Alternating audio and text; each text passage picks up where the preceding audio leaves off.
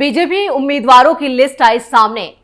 UP उपचुनाव के लिए नामों का ऐलान। नाम सामने आते ही सपा के उड़े होश। सीएम योगी की मीटिंग में बड़ा फैसला। नमस्कार, आप देख रहे हैं कैपिटल टीवी की स्पेशल स्टोरी। मैं हूं परवीन शेख। यूपी विधानसभा उपचुनाव 2024 को लेकर बीजेपी हाईकमान ने सभी उम्मीदवारों के नाम पर मोहर लगा दी है। जो नाम सामने आए हैं वो काफी चौंकाने वाले हैं। इन नामों से समाजवादी पार्टी प्रमुख अखिलेश यादव की चुनौती बढ़ गई है। उम्मीदवारों को लेकर रविवार को बीजेपी अध्यक्ष जेपी नड्डा के घर पर एक बैठक हुई थी। बैठक में गृह मंत्री अमित शाह, सीएम योगी आदित्यनाथ और दोनों डिप्टी सीएम केशव प्रसाद मौर्य और ब्रजेश पाठक शामिल रहे। इस दौरान बीजेपी अध्यक्ष भूपेंद्र चौधरी भी मौजूद रहे। बैठक में तय हुआ है कि बीजेपी 8 सीटों पर प्रत्याशी उतारेगी। ज्यादातर सीटों पर नए चेहरों को मैदान में उतारा गया है। वहीं 9वीं सीट पर आरएलडी अपना प्रत्याशी उतारेगी। इससे पहले भी ये सीट आरएलडी के पास ही थी। बीजेपी हाईकमान ने केशव मौर्य, ब्रजेश पाठक और भूपेंद्र चौधरी को संजय निषाद को मनाने की जिम्मेदारी सौंपी है। बैठक के दौरान सीएम और अध्यक्ष ने केंद्रीय हाईकमान को यह भरोसा दिया है कि ज्यादातर सीटें यूपी में इस बार बीजेपी ही जीतेगी। आपको बता दें कि यूपी सरकार में सहयोगी निषाद पार्टी कटहरी और मंझवा सीट की मांग कर रही है। निषाद पार्टी के अध्यक्ष संजय निषाद का तर्क है कि विधानसभा चुनाव में दोनों सीटें उनकी पार्टी को मिली थी। ऐसे में बीजेपी को उपचुनाव में भी ये सीटें सहयोगी पार्टी को देनी चाहिए, जबकि बीजेपी निषाद पार्टी को एक भी सीट देने के हक में नहीं है। बीजेपी के संभावित उम्मीदवार, खबरों की माने तो मंझवा सीट से सुचिस्मिता मौर्य को टिकट मिलने की पूरी संभावना है। वो पूर्व विधायक भी रह चुकी है। गाजियाबाद से संजीव शर्मा और अशोक मोना में से किसी एक को टिकट मिल सकता है। कटेरी में धर्मराज निषाद और कुंद्रुकी से शेफाली सिंह, रामवीर सिंह और अभिषेक सिंह का नाम चर्चा में है। करहल से वीरेंद्र शाक्या या प्रेम सिंह शाक्या में से किसी एक को पार्टी उम्मीदवार बना सकती है। फूलपुर से दीपक पटेल और शीशा मऊ से राकेश सोनकर, खैर से सुरेंद्र दिलेर, भारत भारती और मुकेश सूर्यवंशी में से किसी एक के नाम पर अंतिम मोहर लगना तय है। ये वो नाम है जो इस बार बीजेपी को जीत दिलाने के लिए मैदान में पहले ही डट चुके हैं। बीजेपी ने बनाई खास रणनीति। बीजेपी नेतृत्व की पूरी कोशिश है कि उपचुनाव में 100% परिणाम बीजेपी के पक्ष में आए। इसलिए पार्टी ने एक खास रणनीति बनाई है। विधानसभा चुनाव वाले राज्यों के लिए उम्मीदवार तय करने के लिए हुई केंद्रीय चुनाव समिति की बैठक में यूपी उपचुनाव के लिए उम्मीदवारों के नाम की चर्चा की गई। उपचुनाव के नतीजों का असर 2027 के विधानसभा चुनाव पर पड़ेगा, इसलिए बीजेपी कोई जल्दबाजी नहीं दिखा रही है। जातीय समीकरण साधने की कोशिश। उत्तर प्रदेश उपचुनाव में सपा ने पीडीए का दांव चला है। सपा के फार्मूले को काउंटर करने के लिए बीजेपी हर सीट पर जातीय समीकरण को साधने का दांव चल रही है। माना यह भी जा रहा है कि बीजेपी इसी आधार पर प्रत्याशी तय कर रही है, जिसमें पिछड़ों और दलित समाज को ज्यादा मौका मिलने की संभावना है। यूपी बीजेपी के भेजे गए नामों को भी देखें तो ज्यादातर ओबीसी और अति पिछड़े वर्ग के नाम हैं। इसी तरह से आरएलडी भी मीरापुर सीट पर जातीय समीकरण साधने के चलते ही उम्मीदवार के नामों को अभी तक फाइनल नहीं कर सकी है। मीरापुर विधानसभा सीट पर मुस्लिम, जाट, गुज्जर वोटर निर्णायक भूमिका में है। आरएलडी काफी सोच समझकर ठोक बजाकर उम्मीदवार उतारने की फिराक में है, इसलिए वो ज्यादा वक्त लगा रही है। इसके लिए पार्टी साफ सुथरे चेहरे के साथ साथ जातिगत समीकरण भी देख रही है। 2022 का विधानसभा चुनाव आरएलडी ने समाजवादी पार्टी के साथ गठबंधन में लड़ा था, जबकि इस बार बीजेपी के साथ गठबंधन में है और केंद्र और प्रदेश की सरकार में भी शामिल है। ऐसे में आरएलडी के लिए यह सीट काफी अहम हो गई है। बीएसपी से आए पूर्व सांसद मूलक नागर और मौजूदा सांसद चंदन चौहान अपने अपने परिवार के सदस्यों को मीरापुर सीट से चुनाव लड़ाना चाहते हैं। देखना है कि जयंत चौधरी किसके नाम पर मोहर लगाते हैं, लेकिन बीजेपी ने जो सीट आरएलडी के लिए छोड़ी है वहां पर जयंत की चुनौतियां काफी बड़ी हुई हैं। कैसे लगेगी जयंत चौधरी की नैया पार? यूपी में होने वाले उपचुनाव बेहद दिलचस्प हैं, लेकिन सबकी नजरें उस विधानसभा सीट पर टिकी हैं जो बीजेपी ने आरएलडी के लिए छोड़ी है।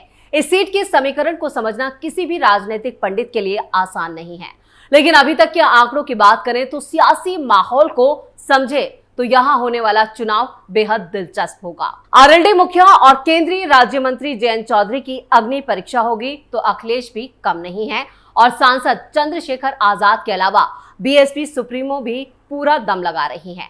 मीरापुर विधानसभा सीट पर चुनाव के नतीजे क्या होंगे, कौन यहां जीतेगा, ये सवाल सभी के मन में उमड़ रहा है। पश्चिमी यूपी की इस महत्वपूर्ण सीट पर हर सियासी पंडित की नजर टिकी है। सबसे पहले सांसद चंद्रशेखर आजाद की आजाद समाज पार्टी ने जाहिद हसन को अपना उम्मीदवार घोषित कर पहली बाजी मारी। इसके बाद बीएसपी सुप्रीमो मायावती ने शाह नजर को मैदान में उतारा। वहीं समाजवादी पार्टी ने इस सीट पर पूर्व सांसद कादिर राणा की पुत्र वधू सुंबुल राणा को चुनाव लड़ने का यहाँ पर फैसला लिया गया है। सुंबुल राणा बीएसपी के कद्दावर नेता और पूर्व सांसद मुनकाद अली की बेटी भी हैं। बीजेपी ने गठबंधन धर्म का पालन करते हुए ये सीट आरएलडी को जरूर सौंपी है, जबकि यहां पर बीजेपी आरएलडी के साथ इस सीट पर पूरा दम लगा रही है। नाम आरएलडी की तरफ से अभी फाइनल नहीं किया गया है, जबकि अखिलेश यादव और जो जयंत चौधरी की जोड़ी है वो अब नहीं है। तो ऐसे में इस बार जयंत चौधरी हर कदम फूंक फूंक कर आगे बढ़ा रहे हैं। 2012 में अस्तित्व में आई थी मीरापुर सीट। मुजफ्फरनगर जिले में आने वाली मीरापुर सीट का राजनीतिक इतिहास समझना भी बेहद जरूरी है। मोरना विधानसभा से जानी जाने वाली विधानसभा सीट अब मीरापुर के नाम से जानी जाती है और 2012 में ये अस्तित्व में आई थी। 2012 के चुनाव में बीएसपी का हाथी सबको कुचलता हुआ आगे निकल गया और मौलाना जमील जो थे वो यहां से पहली बार विधायक बने। इसके बाद 2017 में विधानसभा चुनाव हुआ और इस बार यहां से बीजेपी के अवतार सिंह भड़ाना विधायक बने। बीजेपी की जीत की चर्चा हर तरह से हुई क्योंकि वो सिर्फ 193 वोट से ही चुनाव जीते थे। कांग्रेस और सपा गठबंधन के प्रत्याशी लियाकत अली ने अवतार भड़ाना से पूरा मुकाबला किया, लेकिन मामूली अंतर से हार गए। 2022 के विधानसभा चुनाव में समाजवादी पार्टी आरएलडी गठबंधन ने सबको धूल चटा दी और चंदन चौहान जो थे वो करीब 27,000 वोटों से यहां जीते, जो जीत का बड़ा आंकड़ा था। चंदन चौहान लोकसभा सांसद बनने के बाद से मीरापुर में उपचुनाव हो रहा है। मुस्लिम दलित वोटों का बंटवारा। मीरापुर सीट के समीकरण हर पल बदलेंगे, लेकिन फिलहाल क्या समीकरण है और किसका पलड़ा भारी है ये जानना भी बेहद जरूरी है। राजनीतिक विश्लेषक मानते हैं कि हरियाणा में नायब सिंह सैनी को फिर से मुख्यमंत्री बनाकर बीजेपी ने जो दांव चला है उसका असर मीरापुर पर पड़ेगा। खतौली उपचुनाव में सैनी सहित कई बिरादरी की वोटों की नाराजगी बीजेपी को भारी पड़ी थी और आरएलडी के मदन भैया चुनाव जीते थे, लेकिन बीजेपी ने ये दांव चलकर ओबीसी वोटों को संभाला है। बीजेपी ने ये सीट आरएलडी को दी है। अब अगर दलित और मुस्लिम वोटों में बंटवारा होता है तो सीधा फायदा आरएलडी को मिलेगा और अगर वोट नहीं बटे तो फिर मुकाबला कड़ा भी होगा और दिलचस्प भी। मायावती और चंद्रशेखर आजाद जिस तरीके से अपने उम्मीदवार उतार चुके हैं, इससे अंदाजा लगाइए कि वो चुनाव को किस तरीके से लड़ेंगे। साफ है कि जयंत चौधरी की अग्नि परीक्षा जरूर होगी और वह कैसे नैया पार लगाएंगे ये देखना भी दिलचस्प होगा। आरएलडी के लिए मीरापुर सीट आसान नहीं। मीरापुर में आरएलडी और बीजेपी गठबंधन की राह आसान नहीं होने वाली है। लोकसभा चुनाव की तर्ज पर अगर मीरापुर उपचुनाव हुआ तो फिर मुकाबला रोमांचक होगा। अखिलेश यादव पूरी कोशिश करेंगे कि पश्चिमी यूपी में लोकसभा चुनाव के दौरान जो कास्ट कॉम्बिनेशन बैठाया है उसी तर्ज पर यह चुनाव लड़ा जाए, लेकिन अखिलेश और राहुल गांधी की लड़ाई का फायदा भी बीजेपी गठबंधन को हो सकता है। कांग्रेस से उम्मीदवारी पाने के लिए नेताओं की एक लंबी लाइन थी।